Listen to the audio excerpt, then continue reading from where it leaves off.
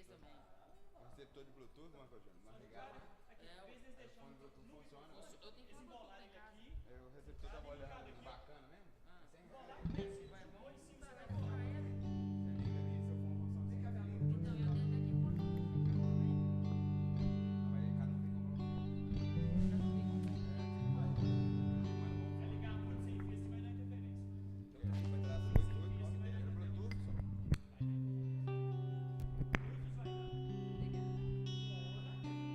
Mas não dá pra ligar pra todo mundo, não. É um ou outro mesmo. Mas é bateria mesmo. Vamos tocar.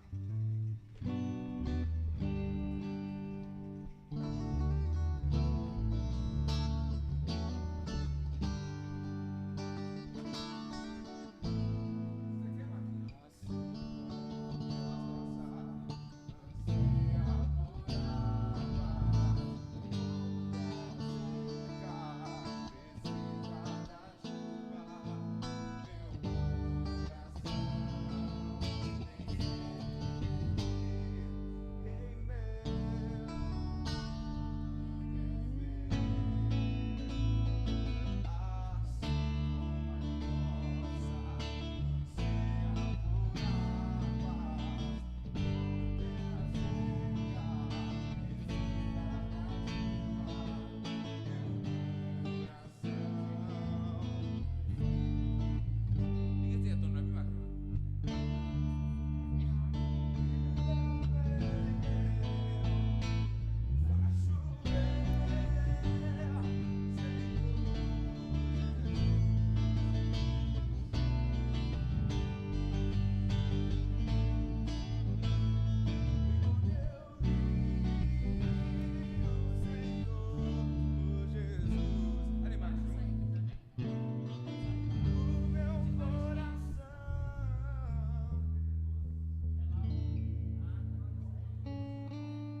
Ali, Marco, o negócio do seu fone.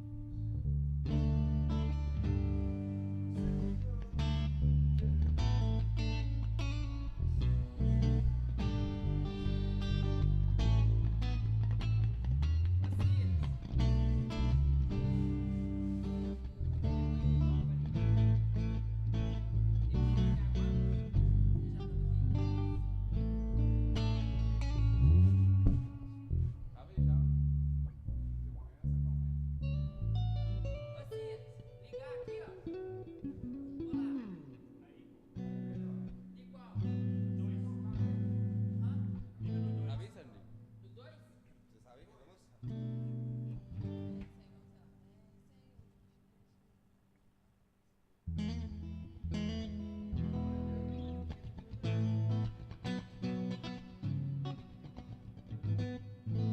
Liga aí, Sam. Se não ligar, não funciona.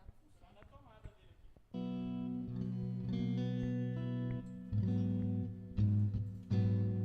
Nosso querido.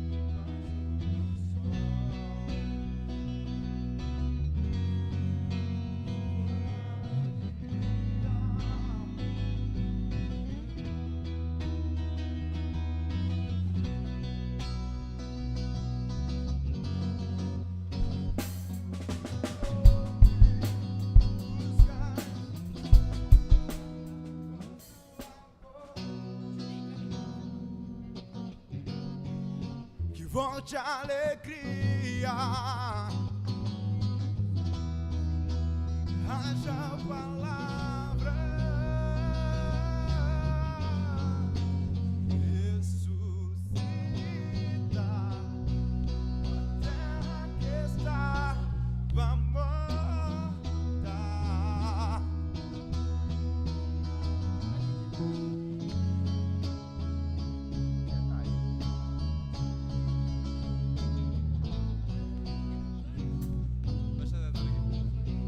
Posso ouvir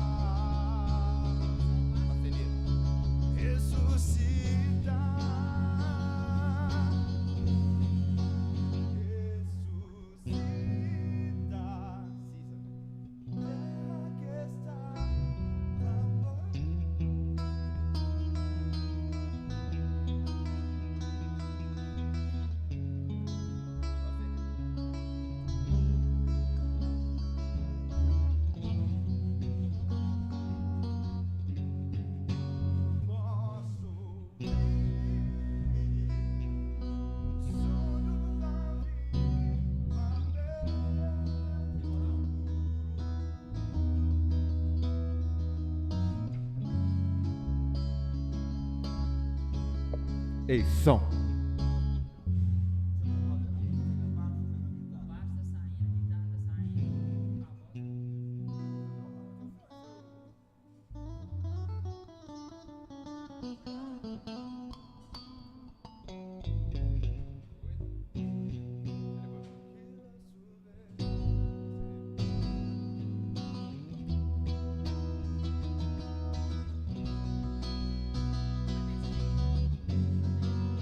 Posso dizer se já se foi a esperança,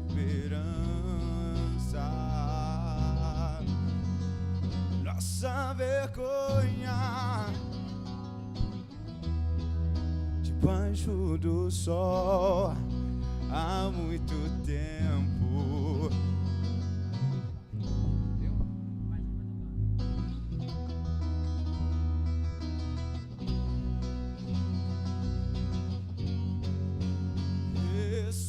Ressuscita,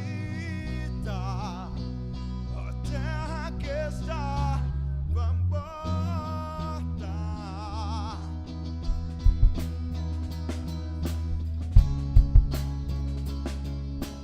Volte a respirar.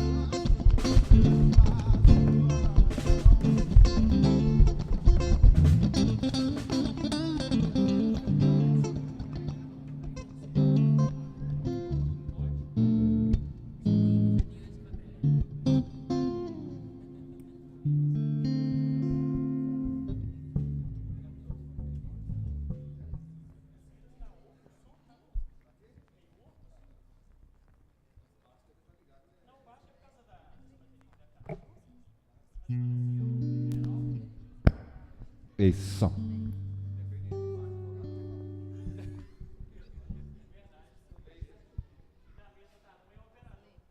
Paz do Senhor, irmãos. Amém? Paz do Senhor, igreja.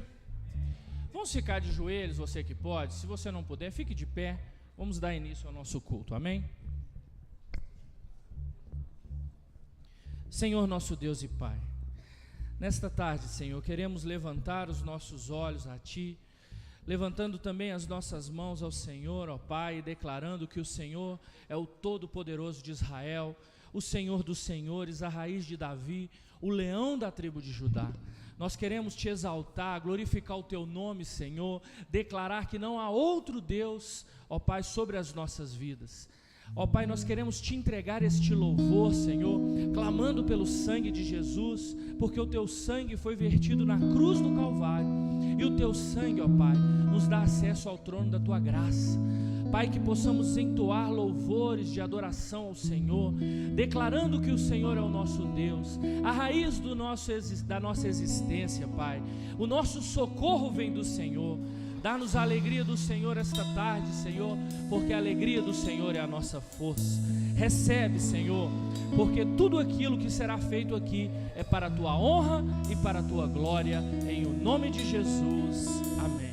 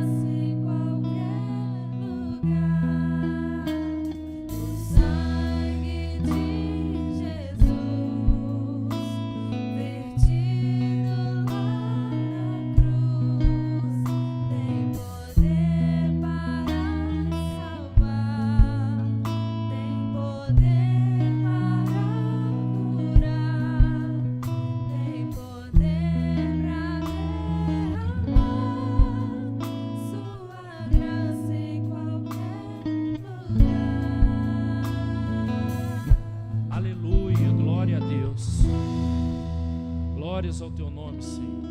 Abra comigo sua Bíblia no Salmo de número 46. Salmo de número 46. Aleluia, glória a Deus.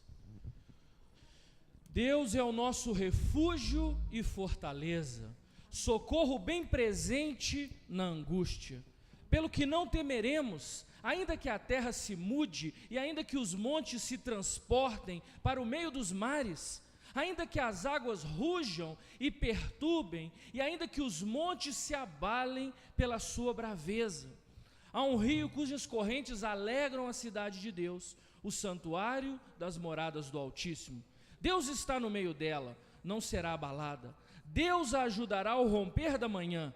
As nações se esbraveceram, os reinos se moveram, ele levantou a sua voz e a terra se derreteu.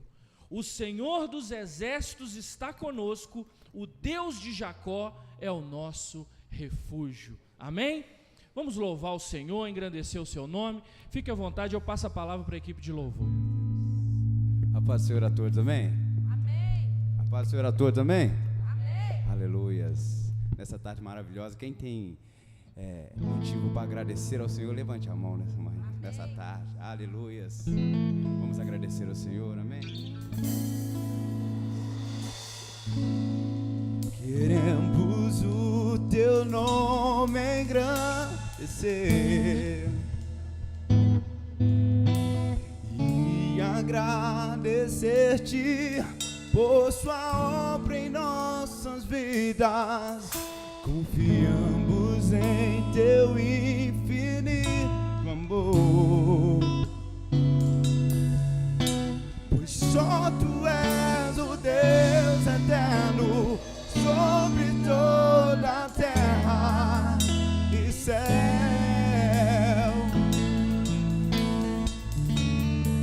Pode cantar mais uma vez comigo? Queremos o Teu nome agradecer e agradecer-te por sua obra em nossas vidas. Confiamos em teu infinito amor, pois só tu és o Deus eterno sobre toda a terra e céu.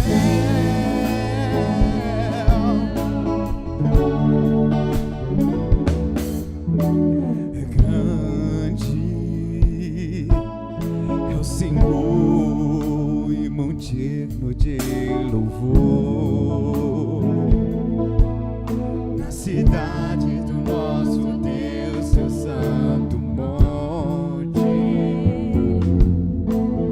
A alegria de toda a terra.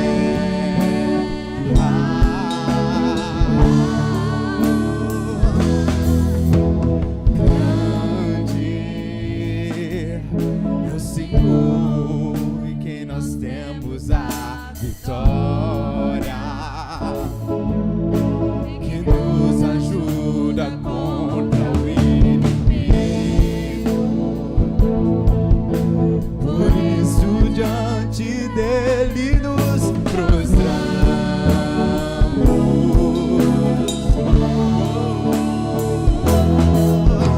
Queremos o teu nome engrandecer e agradecer-te por sua obra em nossas vidas. Confiamos em teu infinito amor, pois só tu és o Deus eterno sobre toda a terra e céu.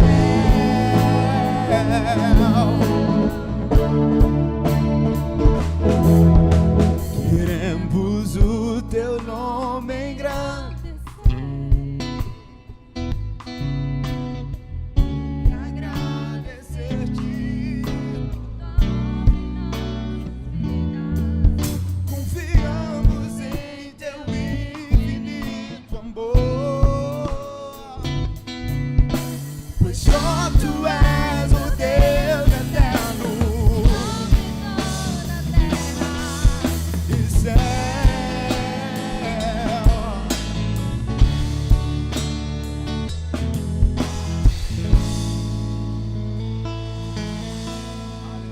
santo, santo é teu nome, Deus.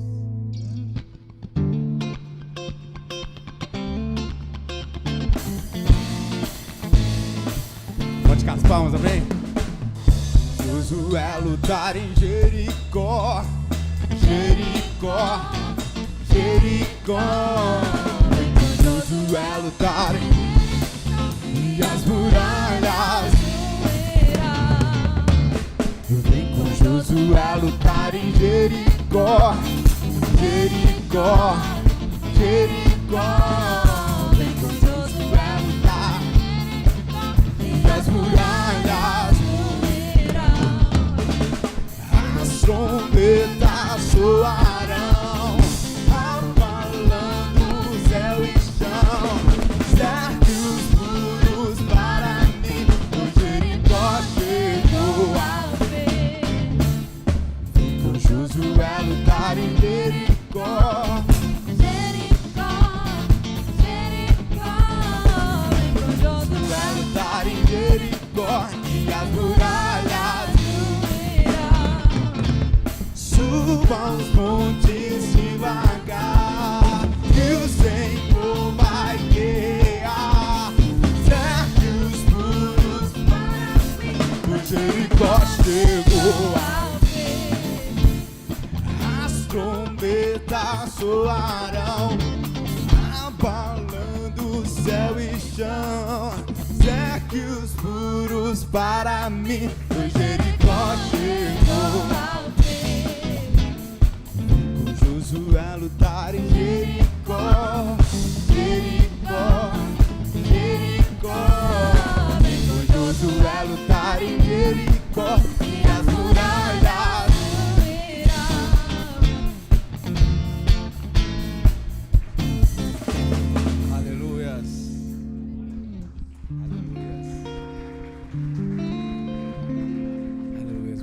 não sei se você acredita no poder da adoração, no poder do louvor ao Senhor, mas antigamente os reis mandavam os adoradores na frente da batalha. E quando os adoradores iam à frente da batalha, eles venciam a guerra. Amém. Então, o poder da adoração, meu irmão, ele é mais forte do que uma bala de canhão. Quem crê nisso, dê um glória a Deus. Glória a Deus. Aleluias. Então, louve ao Senhor. Aleluia.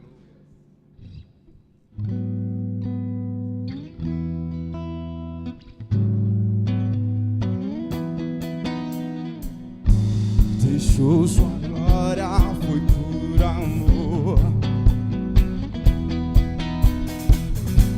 e o seu sangue se entregou. Naquela via dolorosa se entregou. Eu não mereço, mas tua graça me alcançou. Eu me rendo ao teu amor, eu me rendo ao teu amor, eu me rendo ao teu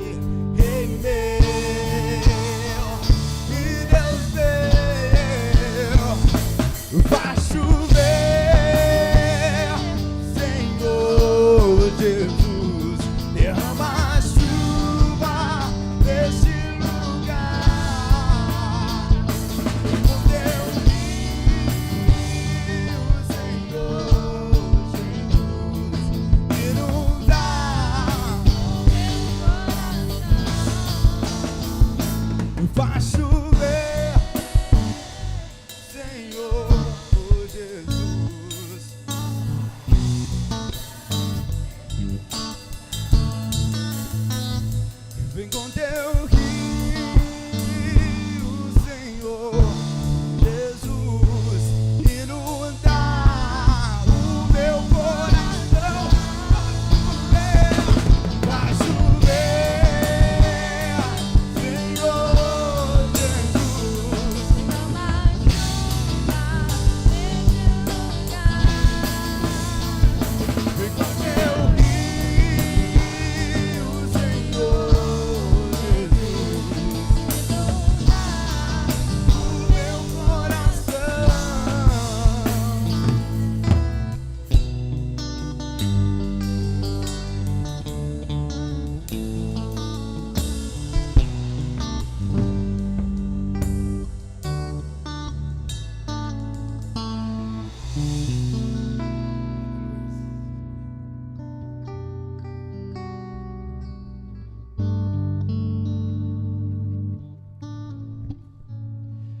Irmãos, vamos abrir as nossas Bíblias no livro de 1 Crônicas, capítulo 28. 1 Crônicas, capítulo 28.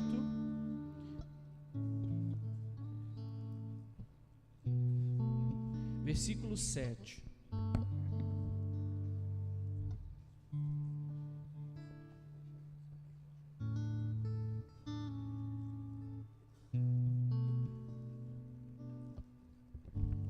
Primeira Crônicas, capítulo 28, a partir do versículo 7.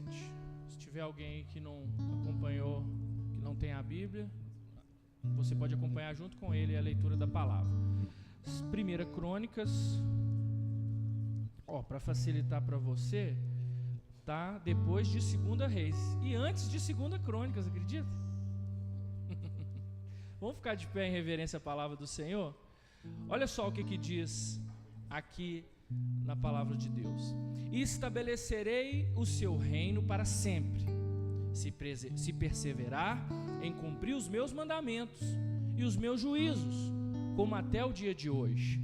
Agora, pois, perante os olhos de todo Israel, a congregação do Senhor, e perante os ouvidos do nosso Deus, guardai e buscai todos os mandamentos do Senhor vosso Deus, para que possuais esta boa terra, e a façais herdar a vossos filhos depois de vós para sempre.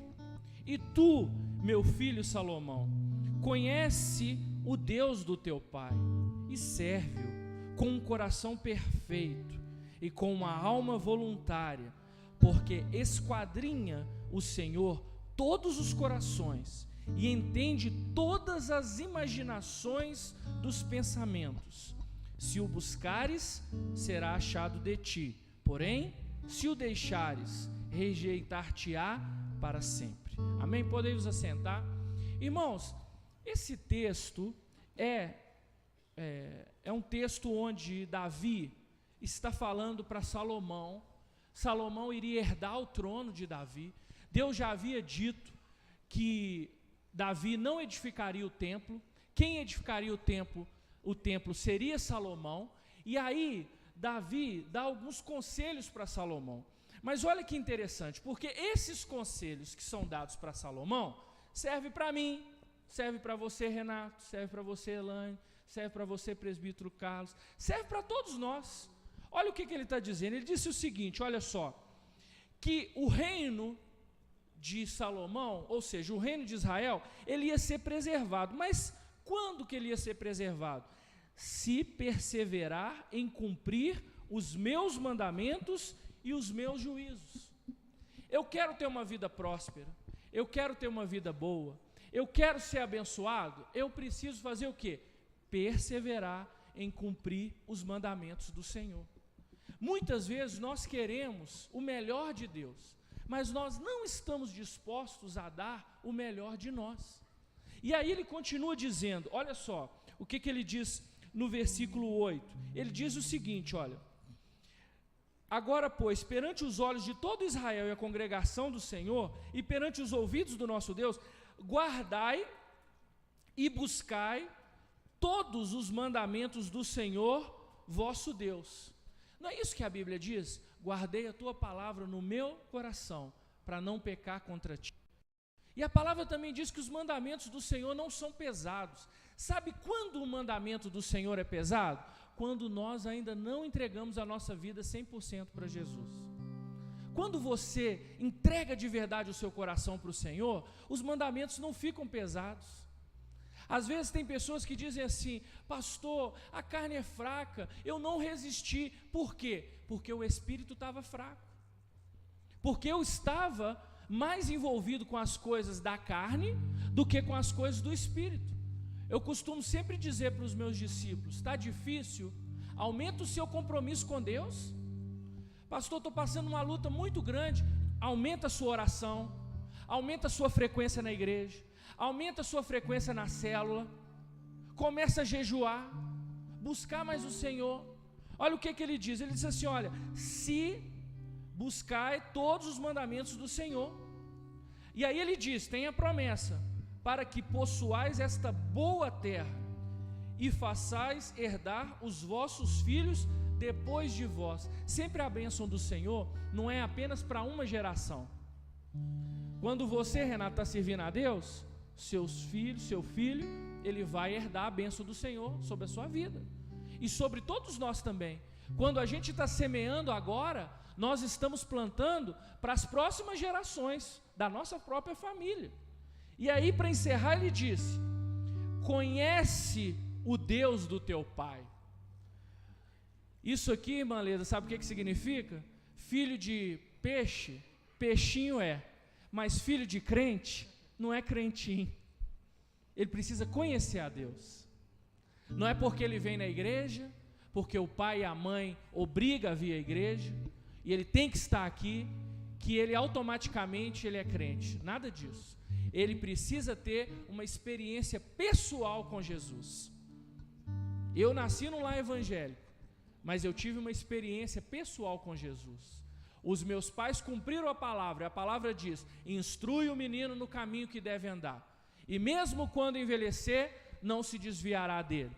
Porém, aquela semente que ficou no meu coração, ela só germinou porque eu me dispus a abrir o meu coração para entender aquilo que Deus tinha para a minha vida. Mas a nossa obrigação de pais é trazer.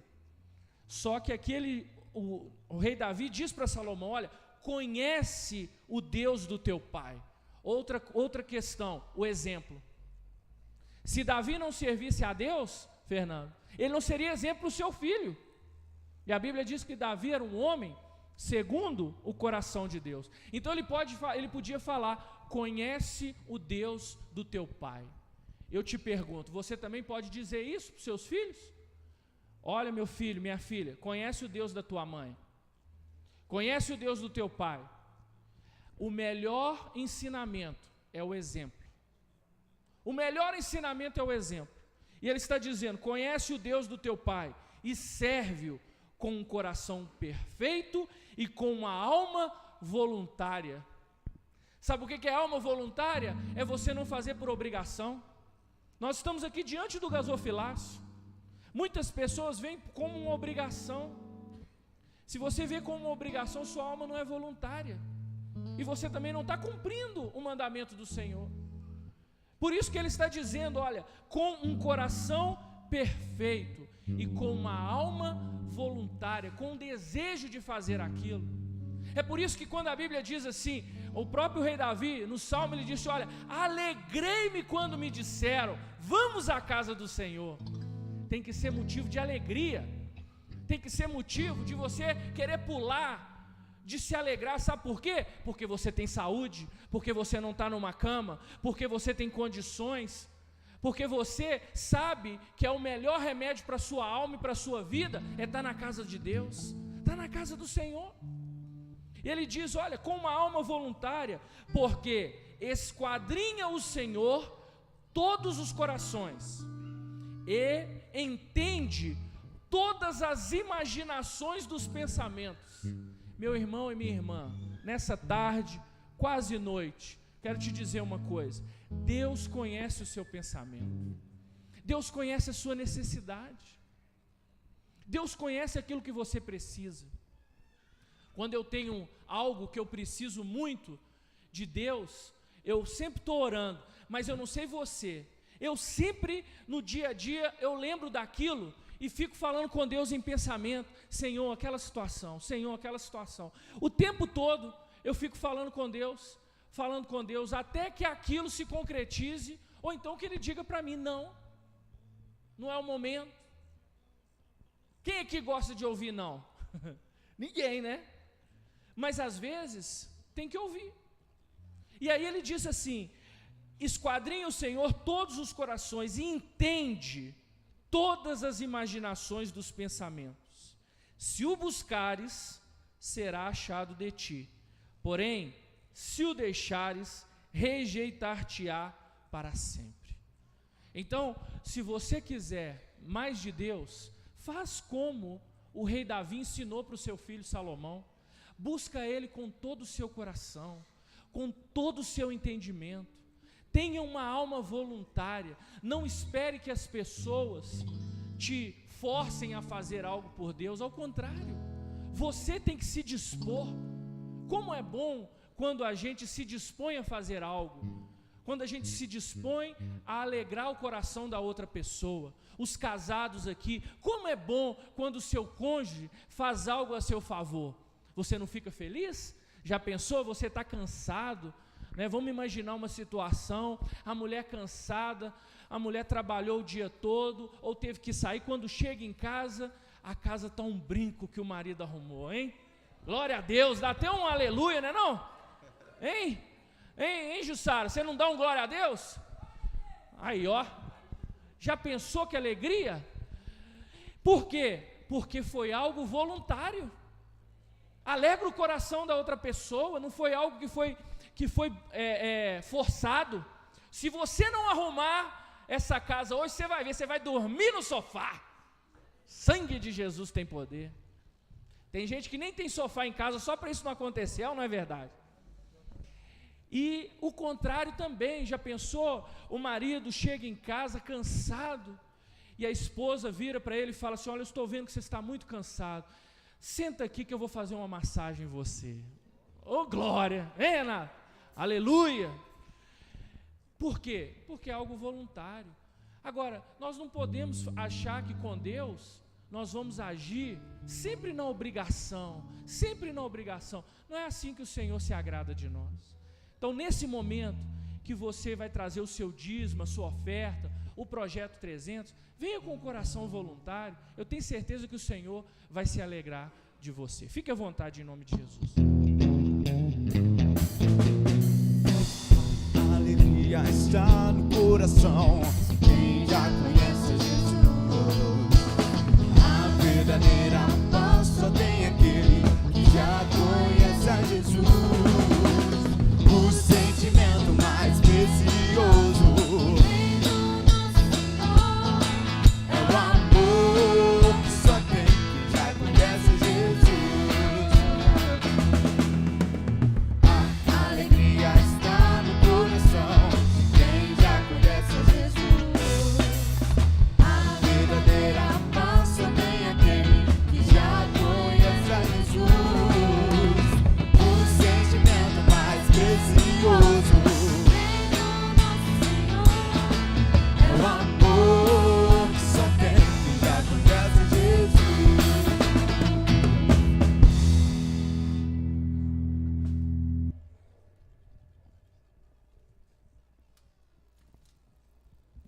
Vamos ficar de pé e vamos orar?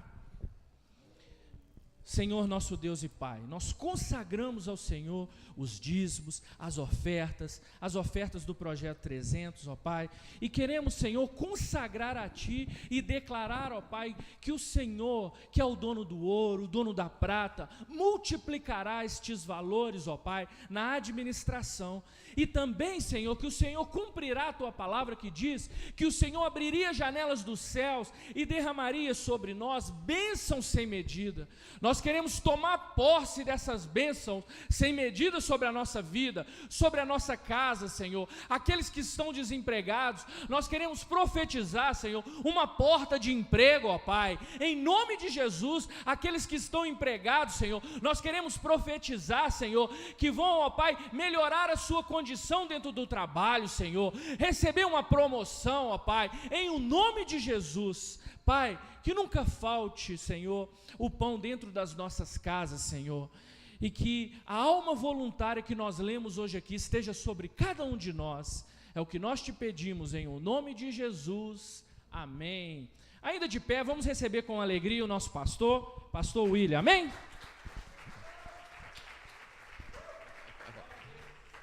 Linda quem me chama, viu, gente? Paz do Senhor, amados. Amém? Aleluia. Para a gente é uma responsabilidade muito grande a gente falar, entregar a profecia, né, a palavra de Deus. Hoje eu queria que você abrisse a sua Bíblia no Salmo número 1. Salmo 1 até o versículo 6, né? O Salmo 1 todinho.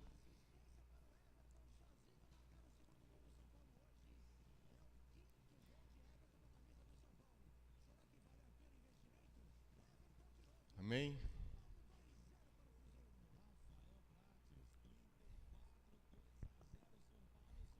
Diz assim: bem-aventurado o homem que não anda no conselho dos ímpios, não se detém no caminho dos pecadores, nem se assenta na roda dos escarnecedores. Antes o seu prazer está na lei do Senhor, e na sua lei medita de dia e de noite. Ele é como a árvore plantada junto à corrente de águas, que no devido tempo dá o seu fruto, e cuja folhagem não murcha, e tudo quanto ele faz será bem-sucedido.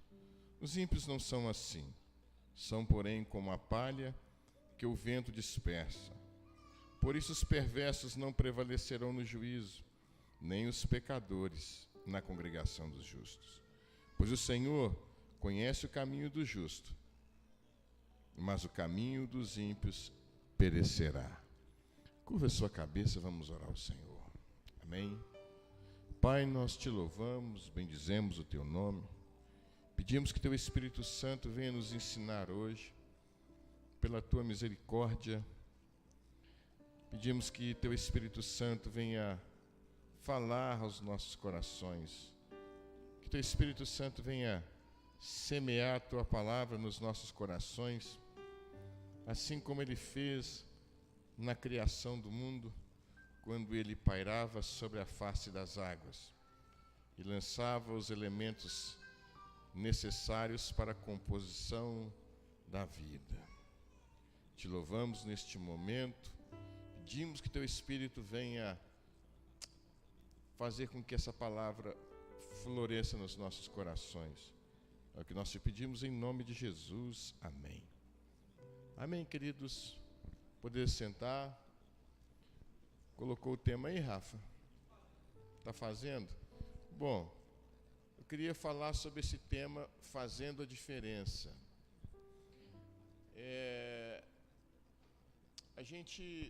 Muitas vezes a gente ouve as pessoas falarem assim: olha, você precisa fazer a diferença. E muitas vezes o nosso foco em fazer diferença está, talvez, nas coisas profissionais, né? E às vezes a gente mira muito essa questão do profissional, no campo dos relacionamentos, né, e etc. Mas eu queria falar aí sobre fazer a diferença do ponto de vista espiritual. E como que Deus nos vê, né? Como que Deus vê a gente, qual é a nossa ideia de Deus, e também saber qual é a ideia de Deus em relação a nós, né? Então eu queria falar aqui sobre isso, fazendo a diferença. A Bíblia fala assim: bem-aventurado o homem que não anda no conselho dos ímpios. Veja bem, hoje a discussão que está, né, até no meio político, essa questão de direita, de esquerda, né, de conservadores, de não conservadores, e etc., né, marxismo, né, comunismo. E quando alguém guarda hoje, coloca no seu coração princípios religiosos, você vai ser conservador. E há cristãos que já está mudando de ideia, né? Já tem assim um pensamento mais liberal e não conservador. Existem os cristãos liberais. E isso está afetando muito, né? Já tem o Brasil, já há 14 anos ou mais, que está vivendo dentro de uma doutrina marxista, comunista, né? Dentro de um pano de fundo, e deixou, né, abandonou princípios importantes, como as escrituras, né, o respeito de Deus. Isso nos Estados Unidos aboliram a Bíblia das escolas, das salas de aulas e etc., o ensino religioso. E hoje nós vivemos também numa época em que o ensino religioso na escola já não é tão relevante como era nas décadas passadas. E qual que é a nossa leitura de mundo hoje? Qual é a leitura que a gente faz nesse tempo, onde os pensamentos são liberais, já o conceito de família ele já é mais amplo, né? É mais elástico esse conceito de família. Conceito de família onde existe amor, né? Tudo bem, no primeiro momento é muito sutil, né? Família é amor, mas mudaram muito no que diz do ponto de vista das escrituras, né? Hoje família é considerado pessoas que se relacionam, né, intimamente do mesmo sexo e etc. E quando a gente se posiciona, né, a favor da Bíblia, nós somos conservadores. Então esse discurso liberal é um discurso que tem afastado muitas pessoas de Deus, não é? Então são coisas assim. Então quando você guarda esses princípios conservadores, né? Você é chamado de puritano, você é criticado e etc. Mas, irmãos, essa é a nossa luta. O cristão precisa fazer a diferença.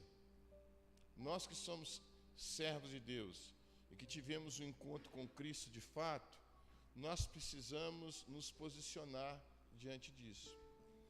Então, o fato é que há uma diferença entre o justo e o ímpio. E essa diferença quem faz é Deus. Tem pessoas que falam assim que Deus não faz acepção de pessoas. Como de fato Ele não faz acepção de pessoas, Ele ama todos. E chama todos para estarem com Ele. Mas o Senhor faz a diferença entre o justo e o ímpio. Quem que é o justo? O justo é aquela pessoa que foi justificada por Deus, né? Então Paulo fala que nós fomos justificados pelo sangue de Jesus. Justificados, nós temos paz com Deus. Então essa palavra justificado vem de uma palavra grega, né, justiça, de kaios, que tem com o objetivo de mostrar que a pessoa foi declarada justa. Então nós éramos culpados pelo pecado, culpados perante os olhos de Deus por andarmos distantes de Deus, alheios a Deus. E agora, quando Jesus morreu na cruz do Calvário, Ele derramou o seu sangue para cobrir o nosso pecado. Ele pagou um preço por nós para nos salvar. Então, quando alguém aceita Jesus como seu Salvador, ele é declarado justo diante de Deus. E ele é declarado justo para viver na justiça. Ele não é declarado justo para continuar vivendo na impiedade, no pecado. Então veja bem, e a Bíblia fala, a diferença é essa, que o homem justo, o homem justificado por Deus, ele é um homem feliz, ele é bem-aventurado. Se você quer ser bem-aventurado, se você quer ser feliz, busque a justiça de Deus. Amém? Aceita a justiça de Deus sobre você. Essa justiça que vem do alto é Deus vindo sobre nós com um ato de graça, nos declarando inocentes, ainda que sejamos pecadores.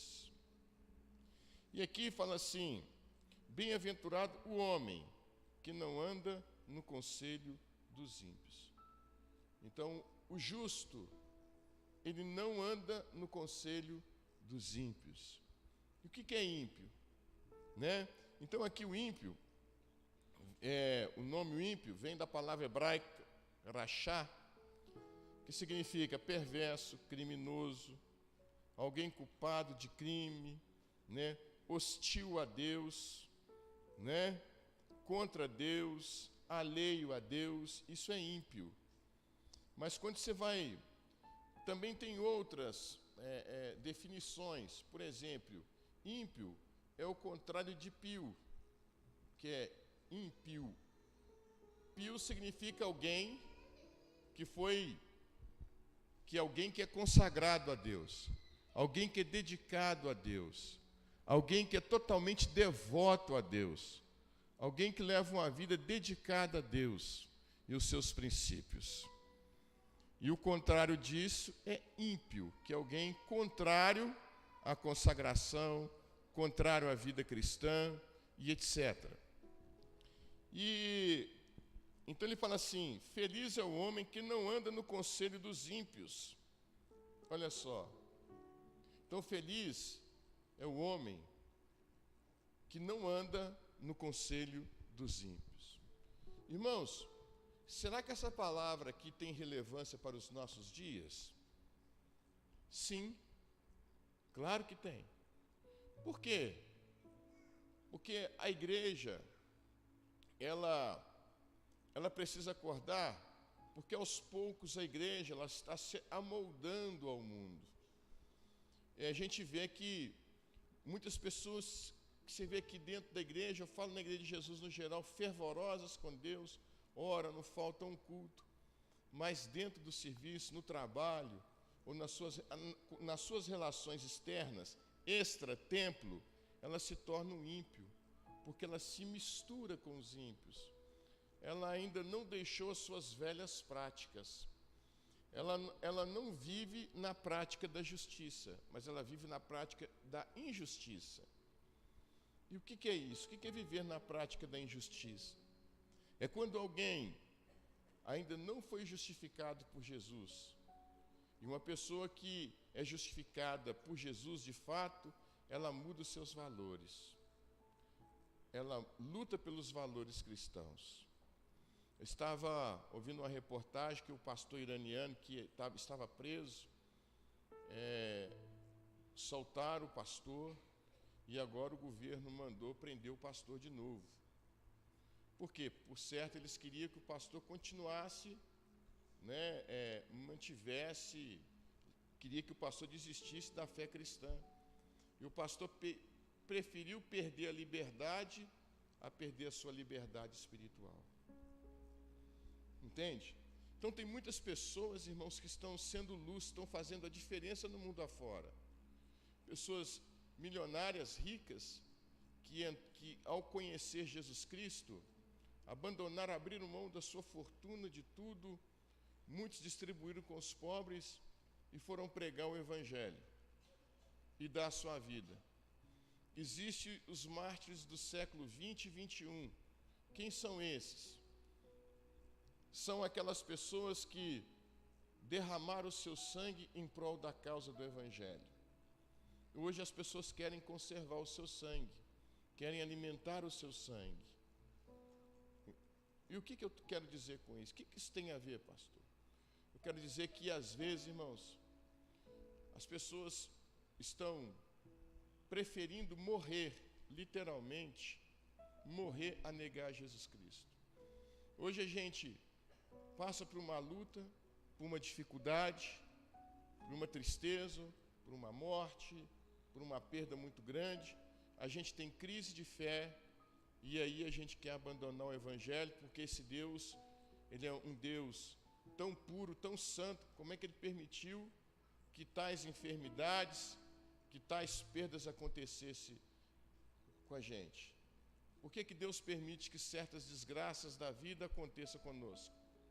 A gente começa a falar isso. Mas a gente tem que entender que todo cristão está sujeito às circunstâncias, sejam elas boas ou adversas, sejam elas favoráveis ou adversas. Todo cristão está sujeito às circunstâncias. Por quê, pastor?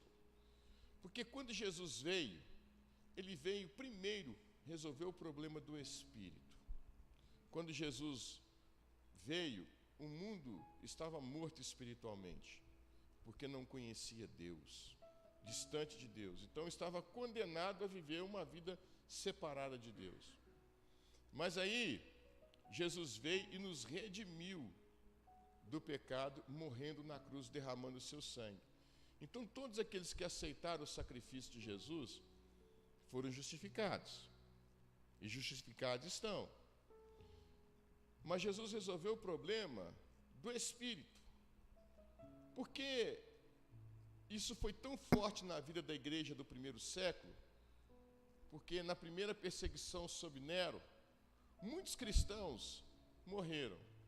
Quando descobriam que havia uma comunidade de cristãos no Império Romano, o que faziam com eles? O imperador mandava prender os cristãos e colocava no circo, na arena. E ali os cristãos, eles eram mortos por gladiadores, eram mortos por animais. Muitas vezes eles, quando descobriam um cristão, colocava fogo no seu corpo e empalava ele num poste, e ali fazia do cristão, o corpo do cristão, como lamparina para iluminar as ruas de Roma. Aí as pessoas falavam assim: onde é que está o Deus desse povo?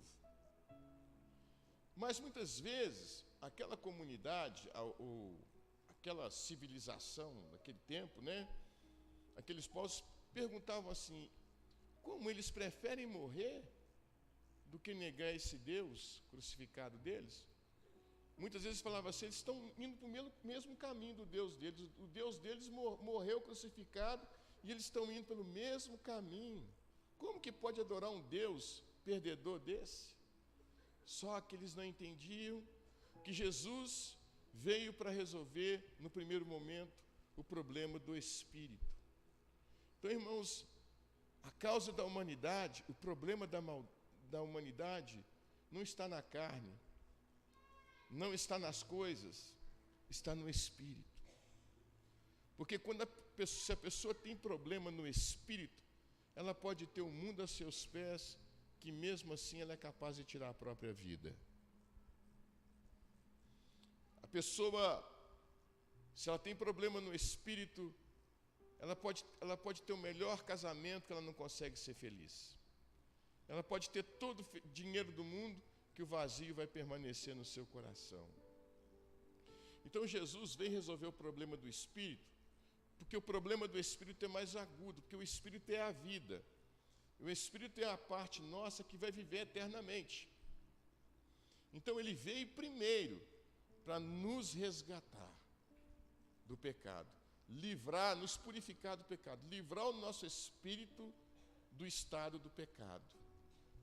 Agora, isso chama-se redenção. Então, a segunda redenção é a redenção do corpo. E isso ainda não aconteceu.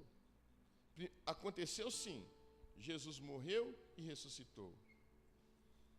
Jesus, ele resolveu o problema do nosso espírito, e agora ele ressuscitou primeiro, como primícia dos mortos, e na ressurreição, na ressurreição dele, abriu uma porta para a nossa ressurreição também. Mas quando isso vai acontecer? Isso irá acontecer no dia que ele voltar. Entendeu? O problema, aí vai resolver o problema do corpo. A causa do corpo ainda não foi resolvida. A redenção do corpo ainda não foi resolvida. Esse problema ainda não foi resolvido.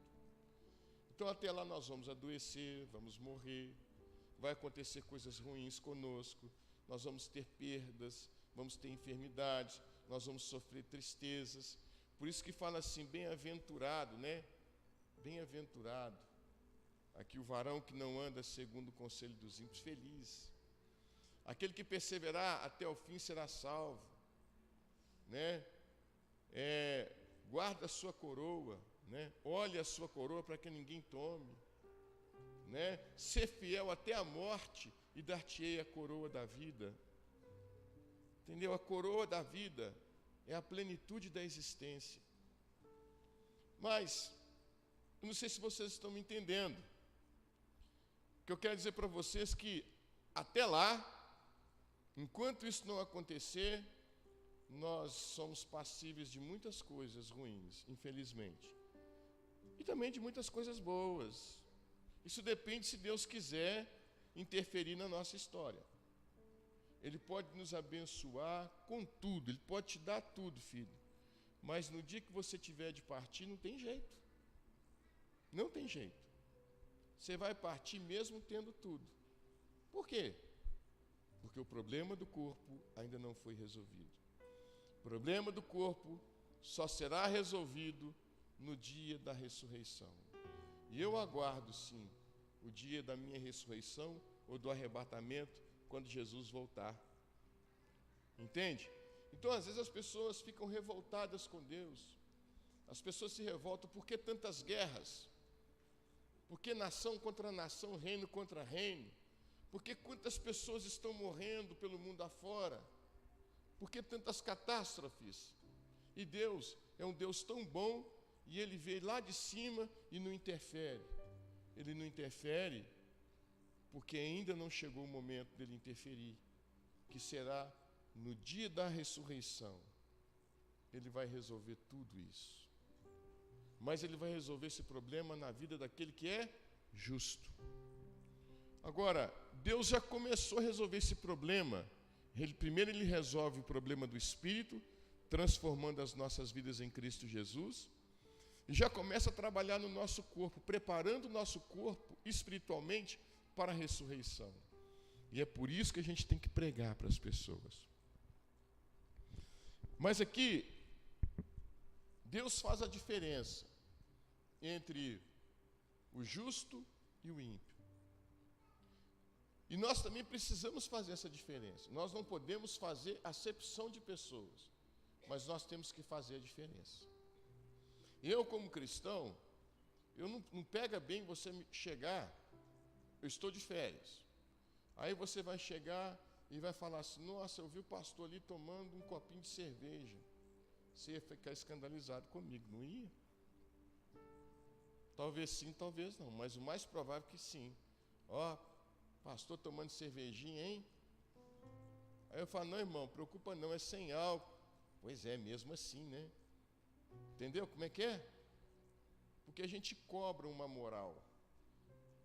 E significa que se a gente reclama, é porque alguém espera da gente uma postura diferente. Mas muito crente ainda conta mentira. Muito crente ainda inventa história. Muito crente no trabalho ainda continua falando palavrão. Muito crente ainda continua, como é que fala? Dando calote, né? Muito crente caloteiro, né? Muito crente ainda continua fazendo essas coisas. E frequenta a igreja. Muito crente, né, dá de cima da mulher ou da mulher do próximo. Ainda é crente. Continua sendo crente. Mas é um crente, irmãos, que é ímpio. Não é um justo. Então, a qualidade de justo é alguém que não se contamina com o sistema do mundo. Então aqui ele fala assim: bem-aventurado o homem que não anda no conselho dos ímpios e não se detém no caminho dos pecadores. Ele não para no caminho dos pecadores. Quantas pessoas que já entraram na igreja, que já batizaram e que começaram no caminho do Senhor e hoje estão fora do caminho. Hoje estão totalmente detidos no caminho dos ímpios.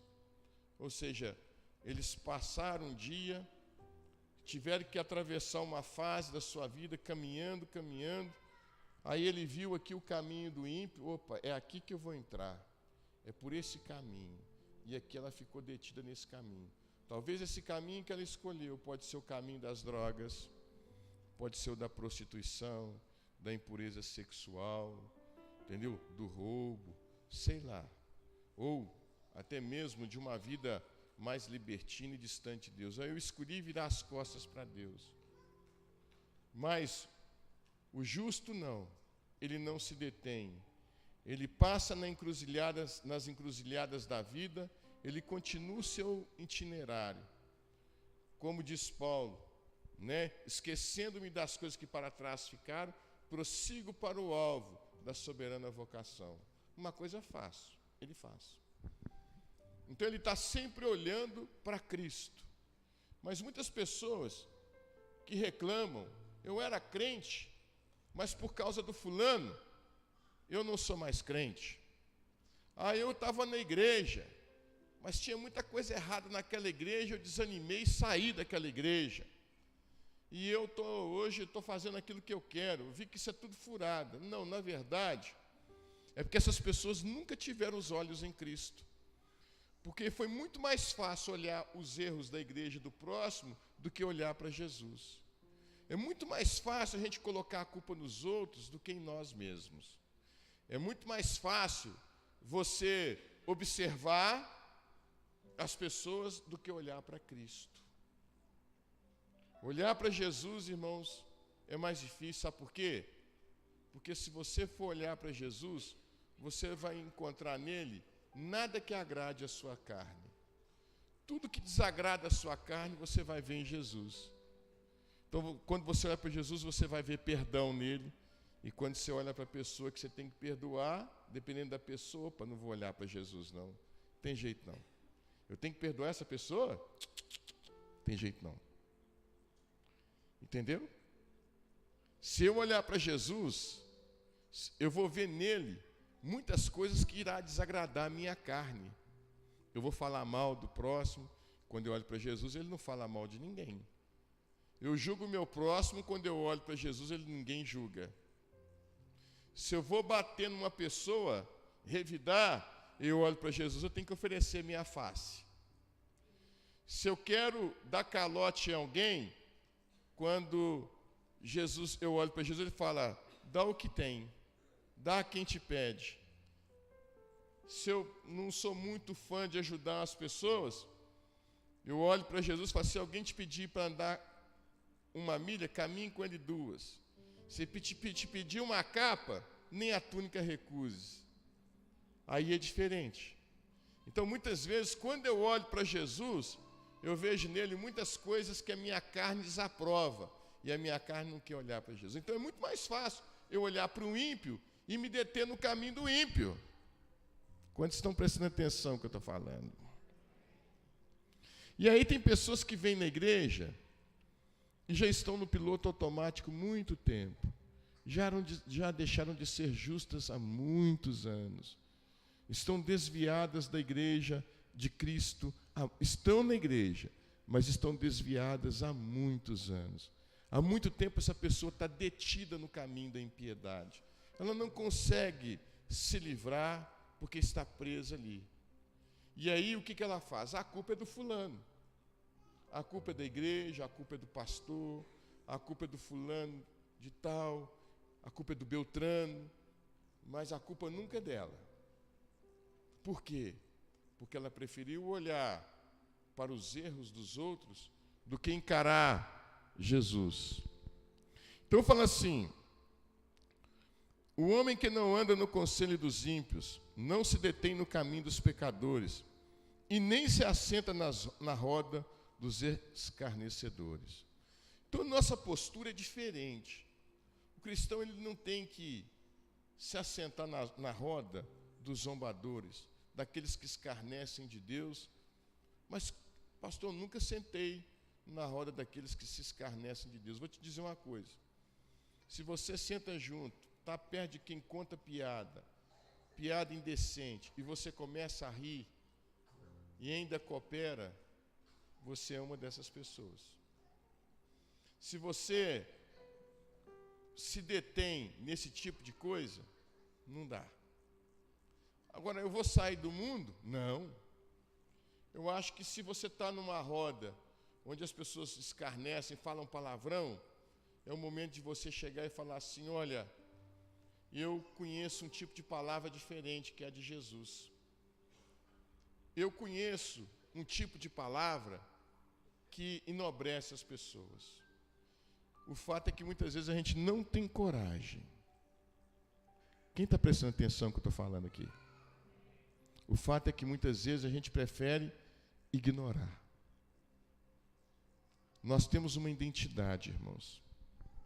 Então veja bem, antes, olha só como é que o cristão ou o justo ele é diferenciado. Qual que é a diferença do cristão e do ímpio? A diferença está aqui. O cristão ele tem prazer na lei do Senhor. A lei aqui é a Torá. Ele está dizendo que é toda a Escritura. Todo cristão tem prazer na lei do Senhor. E às vezes as pessoas falam assim: puxa vida, os mandamentos de Jesus é tão pesados. Jesus ele não falou que os mandamentos dele são pesados. Ele falou que são leves. O fardo de Jesus é leve. O jugo é suave. Então por que a gente acha pesado? Por que a gente tem dificuldade de seguir? É porque os nossos olhos ainda não estão em Cristo. Quando alguém olha para Jesus, ele tem um comportamento diferenciado. Os mandamentos do Senhor não são pesados. O seu fardo é leve. Mas tem pessoas que têm dificuldade.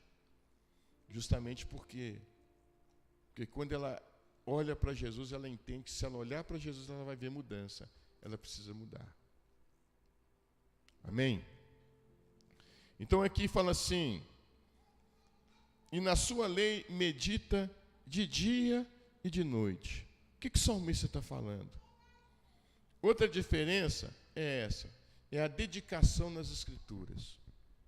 Eu acho que você, querido, como cristão, você tem que ter uma hora de devocional na sua vida. É pegar um capítulo e ler a Bíblia. Leia um capítulo por dia, ou lê 2 capítulos por dia. Começa lendo um capítulo da Bíblia por dia. Escolhe uma hora para você ter o seu devocional. O que é devocional? É a hora que eu separo para ler a Bíblia, orar e fazer meu jejum. Nesse momento eu posso tirar aí 30 minutos, 15 minutos do meu dia, quando é muito puxado, ou 1 hora, se eu quiser, dependendo do meu tempo. Mas eu tenho que fazer isso. Porque se eu meditar na lei do Senhor de dia e de noite, eu vou alimentar o meu espírito e eu vou me fortalecer contra os ímpios e contra o mundo. Quando vier a pressão do mundo contra a minha vida, aquela vontade de fazer as coisas que as pessoas que desagradam a Jesus fazem, eu estou fortalecido na fé. Então, quando você conhece, Jesus falou: conhecereis a verdade, o quê? E a verdade vos libertará por causa disso. Nós só conhecemos a verdade lendo, meditando nas Escrituras. E meditar é quando você leva para o coração. Ler, você carrega na mente. Você transfere para a sua mente todo o conteúdo que você está lendo. Mas meditar é quando você manda daqui para cá, para o coração. É quando a coisa fica mais afetuosa, quando tem peso, quando tem responsabilidade, quando você medita naquilo que você está lendo, você pensa, você leva para o seu coração. Então fala antes, na tua lei, né, medita de dia e de noite. Irmãos, eu costumo ficar, que até a minha função é essa, eu costumo ficar talvez horas num versículo bíblico. Eu costumo, é como se Deus arrebatasse meu espírito quando eu estou lendo a palavra. Pode crer nisso. Quando você lê a Bíblia e você medita, você consegue não só ler, você consegue meditar na palavra. Então, alguma coisa acontece. Se você não meditar na palavra de Deus, você não muda. Não adianta, você não muda. Você tem que trazer daqui para cá. Por isso que muitas vezes as pessoas não mudam. Tem tantos anos na igreja, mas não muda ainda. Tudo bem, está indo, está tentando, glória a Deus, e tem que continuar a tentar. Mas você tem que buscar isso. Meditar nas Escrituras, levá-la para o seu espírito. Levá-la para o seu espírito. Mas a gente vê assim, eu vejo gente assim, né? Eu conheço as Escrituras. Deus me usa em profecia. Deus me dá visão. Mas são visões carnais, produto do espírito do engano. Porque continuam fazendo coisas de ímpio. É o que mais acontece. Estou cansado de ver gente dizendo que é profeta, que tem sonho, tem visão, mas não muda o comportamento.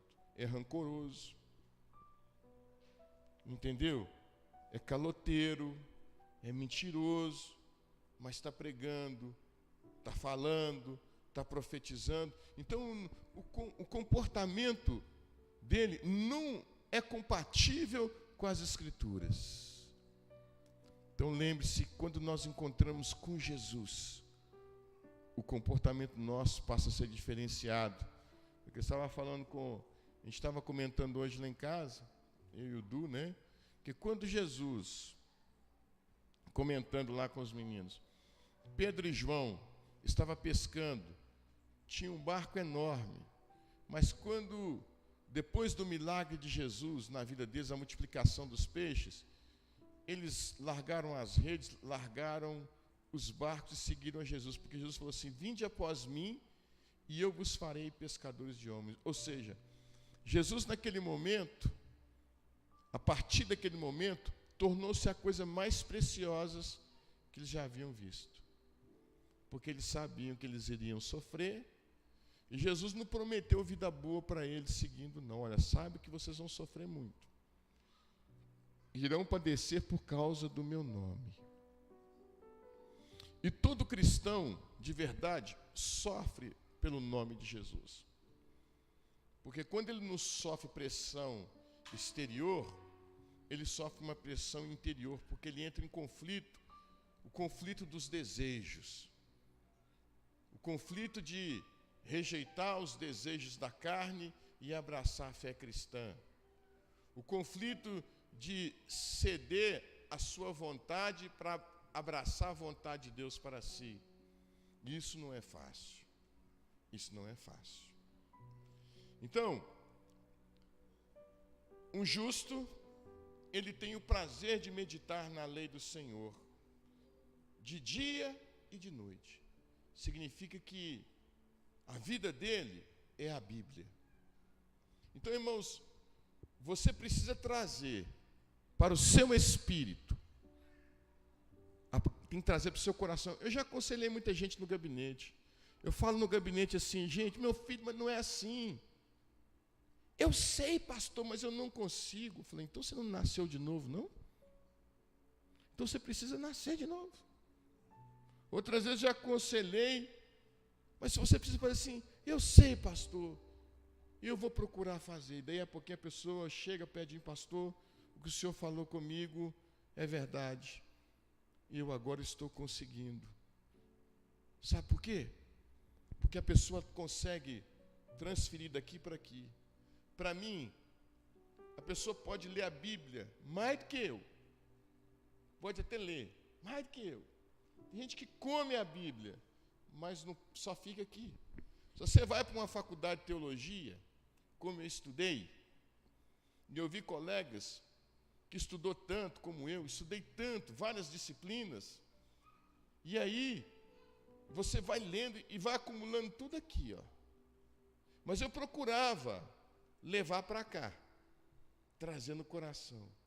Porque muitos que fizeram teologia, muitos deles que deixaram só aqui desviaram. Saíram sem fé, tiveram crise de fé. E por que muito cristão tem crise de fé? Porque a palavra só fica aqui.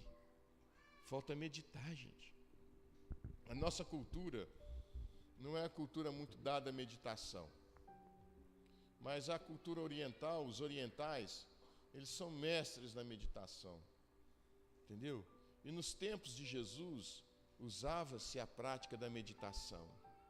Eles andavam para um lugar retirado, bem antes de Jesus, né, nos tempos de Abraão, ele saía para um canto para meditar. Jesus ia para o monte orar e para meditar, para estar a sós com Deus. O que é isso? É quando você desliga de tudo e busca a palavra, medita na palavra, levando ela para o seu coração. Isso que o salmista fala: lâmpada para os meus pés é a tua palavra, e luz para os nossos caminhos, ou para os meus caminhos. Entendeu? Então, se a palavra é lâmpada e ela é luz, significa que essa palavra vai me guiar para algum lugar. Significa que eu não vou andar perdido. O que mais tem gente perdida dentro da igreja? Hoje você vê um cristão, você fala que fulano de tal, ele é crente. Poxa, mas não tem nada a ver de cristão. Eu vejo hoje, eu já vi pessoa com argola desse tamanho no nariz, e aí critica, né? Nossa, esse irmão, misericórdia, não é crente, irmão. Então com uma argola assim, do tamanho da Rafaela, assim, do brinco da Rafaela, né? E aí a gente começa até a criticar a pessoa, por que ela faz isso? Mas de repente aquela pessoa está chorando aos pés do Senhor. Ela está buscando, ela encontrou a pérola de grande valor. Enquanto muitos que estão muito certinho, com palitozinho, gravatinha, e não tem nada de Deus no coração, só é religioso. Eu já vi pregadores itinerantes pregando de igreja em igreja sem ter nada de Deus no coração. Só está levando o intelecto, está emprestando o intelecto para outros ministérios, mas não leva Jesus no coração. Vocês estão entendendo, queridos? A gente precisa da palavra no coração, porque é essa palavra que nos sustenta nos momentos de tribulação. Segundo a tradição, foram executar o apóstolo Pedro, e aí ele pediu lá, né, o chefe da guarda: olha, vocês vão me crucificar? Eu peço a vocês, o meu Senhor foi crucificado. Eu só quero que vocês não me crucifiquem como ele, me coloquem de cabeça para baixo. O apóstolo Paulo, segundo a tradição da igreja, Pedro pediu para crucificá-lo ao contrário, e Pedro foi crucificado de cabeça para baixo. O apóstolo Paulo, na cadeia, mesmo antes de morrer, ele falava assim: irmãos, espero que a minha prisão sirva de fortalecimento espiritual de vocês, e não de desânimo, porque eu sei em quem tenho crido. Ele falava assim: olha, combati o bom combate, abracei a carreira e guardei a fé. Então ele fala assim: agora eu tenho um alvo, a minha soberana vocação. Outras vezes o apóstolo Paulo escrevia para a igreja distante e falava assim: olha, eu, todavia, gostaria muito mais de estar fora desse corpo, de estar com Cristo, ou seja, eu já queria estar morto há muito tempo e estar com Cristo, mas por amor de vós, eu rogo a Deus para que permita que eu esteja um pouco mais tempo neste tabernáculo, que eu fique mais tempo nesse mundo, para que eu venha cuidar de vocês, até que vocês sejam formados. Outra hora o apóstolo Paulo fala assim: eu sofro dores de parto, eu sofro como uma mãe que está para ganhar um bebê, eu sinto dores nas minhas entranhas, até que Cristo seja formado em vós. Ou seja, eu estou sofrendo, vocês não crescem espiritualmente, eu sofro por causa disso. Se vocês ainda estão sendo formados espiritualmente, eu sofro, porque vocês ainda continuam com as práticas ímpias, fazendo a mesma coisa que os ímpios fazem, e eu continuo sofrendo, até que Cristo seja formado em vós. Entende o que é isso? Que é um pastor. Um pastor sofre quando uma pessoa, ele sabe que a pessoa, pastor, fulano está aqui, mas está lá no bar. Fulano está aqui, mas está namorando pessoa ímpio. Fulano está aqui, mas está tendo caso com tal. Mas uma pessoa sincera, uma pessoa honesta, e o pastor sofre. Fulano de tal ainda está nos vícios, está na prostituição, e o pastor sofre. Até que aquela pessoa seja formada. Entende? E aqui, irmãos, veja bem, nós somos, como viu ali, a luz do mundo. Nós somos essa diferença. As pessoas têm que olhar para a gente e ver que nós somos servos e não ímpios. Hoje a sociedade muitas vezes não faz diferença. E o Brasil está vendo assim um fenômeno social muito grande. Eu ainda não vejo, enquanto muitos veem como um avivamento, eu não vejo assim como um avivamento, porque o número de evangélicos tem aumentado. Aumentou muito o número de evangélicos no Brasil, né, desde os anos 90, né, final dos anos 80 até agora, aumentou-se muito o número de evangélicos.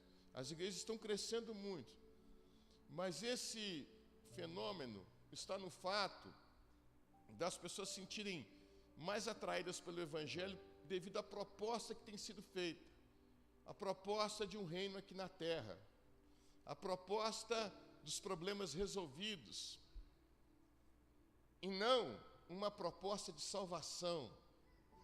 E aí, por causa disso, centenas e centenas de pessoas e milhares de pessoas frequentam os cultos das igrejas em busca de uma solução para os seus problemas, e não em busca de um arrependimento, em busca de uma salvação. E a consequência disso é, nós temos um número maior de adesão dentro das igrejas, adesão à fé evangélica, do que conversão à fé evangélica. Então, números de adesões dentro das igrejas, números de adeptos, são muito maiores do que o número de conversões, de convertidos. Então tem que saber o que eu sou de fato. Eu sou um adepto, eu gostaria de fazer essa diferença. Eu sou um adepto ou eu sou um convertido? Eu aderi à fé evangélica ou eu me converti à fé evangélica? Entendeu? A fé dos evangélicos. Então é isso que acontece. Então, por causa disso, a igreja, ela tem inchado. Eu tenho falado nesses últimos dias aqui, né, com os irmãos, a diferença, né? Nós estamos vivendo o tempo de uma igreja muito frequentada, mas pouco transformada. Entendeu? E por quê? Por causa do discurso. Aqui essa igreja é muito fácil deixar ela cheia. Hoje é tempo de férias, está aqui, muita gente viajando, de férias e tal. Mas deixa eu fazer uma campanha aqui e colocar um mega evento. Aqui não cabe de gente. Trazer pessoa de tal lugar, daí a pouquinho que está lotado de pessoas. Mas qual que é a proposta? Será que esse é o objetivo de Jesus? Jesus, quando ele estava no lugar e curava as multidões, ia atrás dele.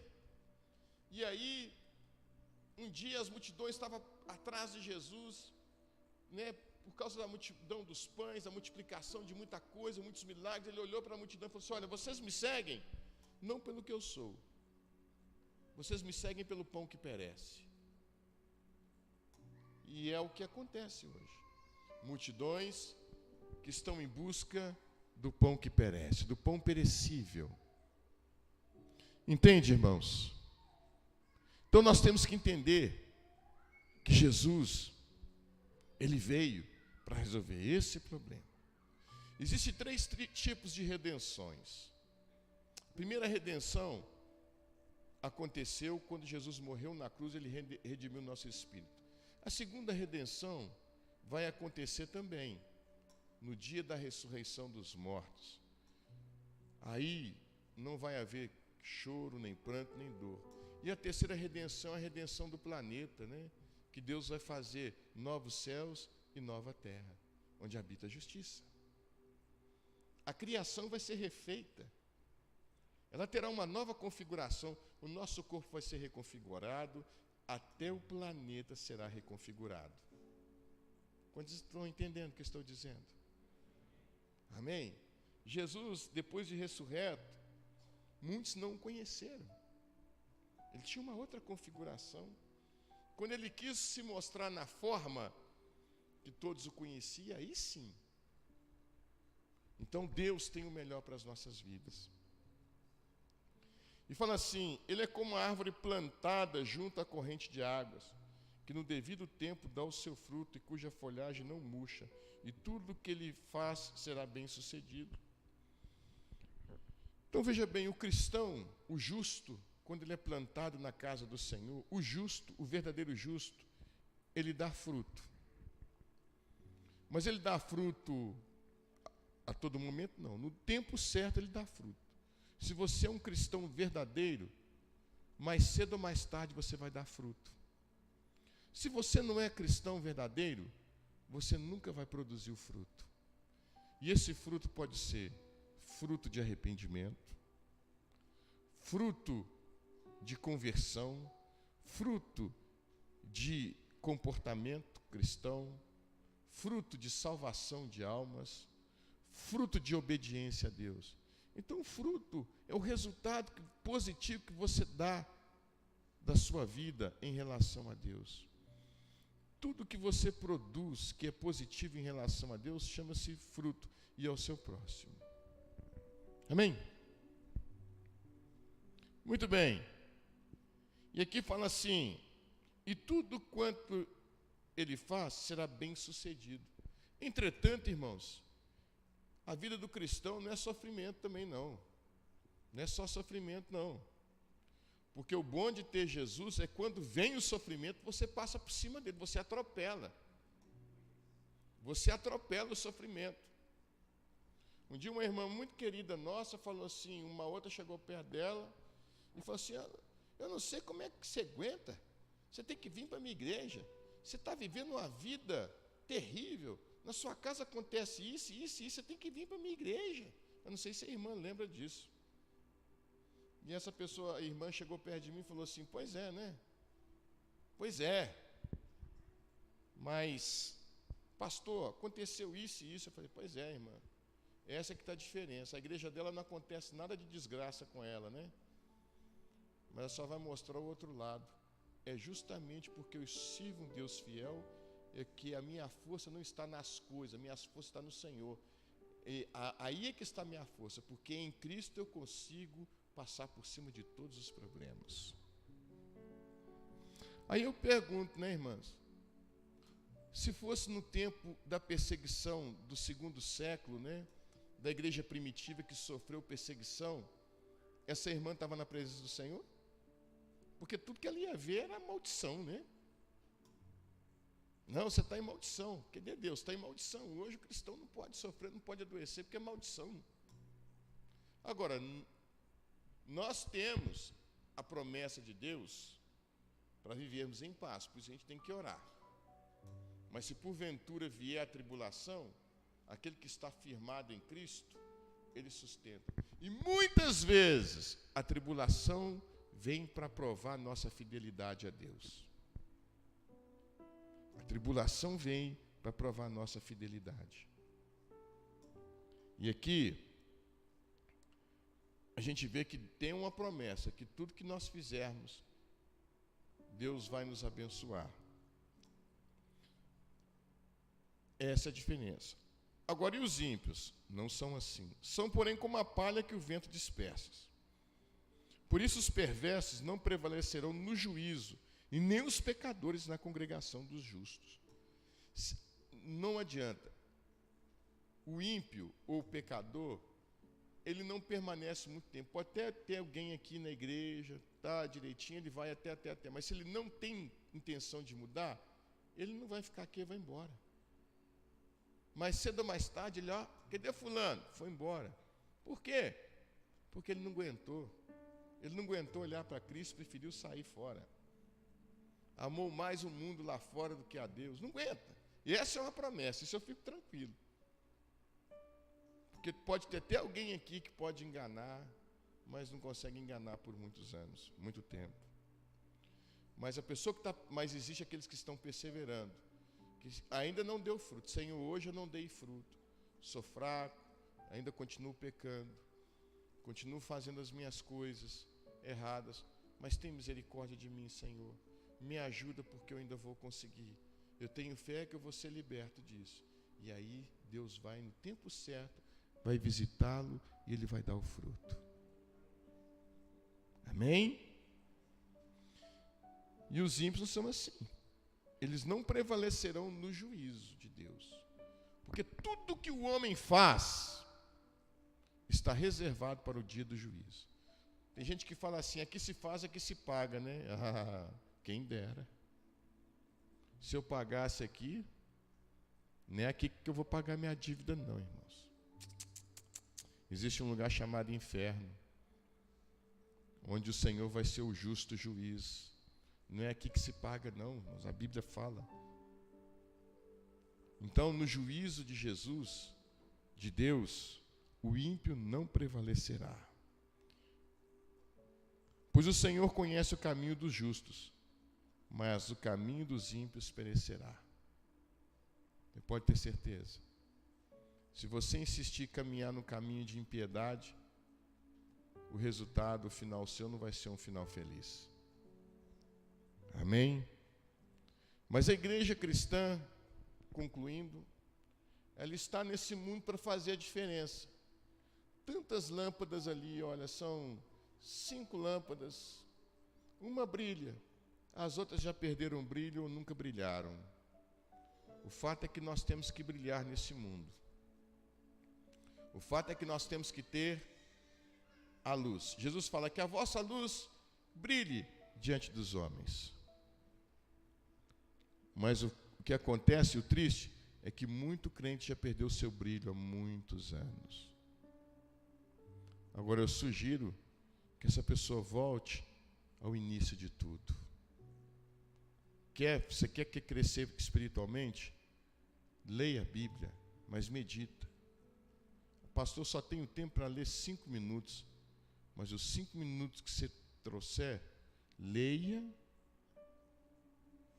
amém? Guarda, memoriza e transfere para o seu coração. Amém? Aprenda a levar a Bíblia no coração. Essa é a palavra que o Espírito Santo tem para a igreja. Vamos orar, fique de pé, por gentileza. Vamos orar. Senhor, nós bendizemos o Teu nome. Pedimos, Senhor, que esta palavra tão poderosa que é a Tua, venha achar guarida nos nossos corações. Que ela seja, Senhor, algo que venha impactar nossa mente, nosso coração. Ajuda-nos a fazer diferença em meio a essa sociedade, onde os valores cristãos estão sendo cada vez mais escassos, mais raros de achar. Ajuda-nos, Senhor, a viver o evangelho que o Senhor nos ensinou. Perdoa os nossos pecados, as nossas falhas, livra-nos de todo mal e nos fortalece no tempo da tribulação. Nos dá força para que possamos vencer todos os dias os males da vida. Nos abençoe, que possamos também sentir a alegria da salvação, o refrigério da alma trazido pelo Espírito Santo. Nos fortaleça, Senhor, em nome de Jesus. Limpa os nossos caminhos de toda sujeira. Destrava aquilo que está travado nas nossas vidas. Porque a Tua palavra fala que tudo que a gente fizer, nós vamos prosperar. Por isso, Deus, eu peço, fala aos nossos corações. Nos abençoe. É o que nós te pedimos em nome de Jesus. Amém. Dê um forte aplauso a Jesus. Amém. Aleluia. Pode assentar, nós vamos.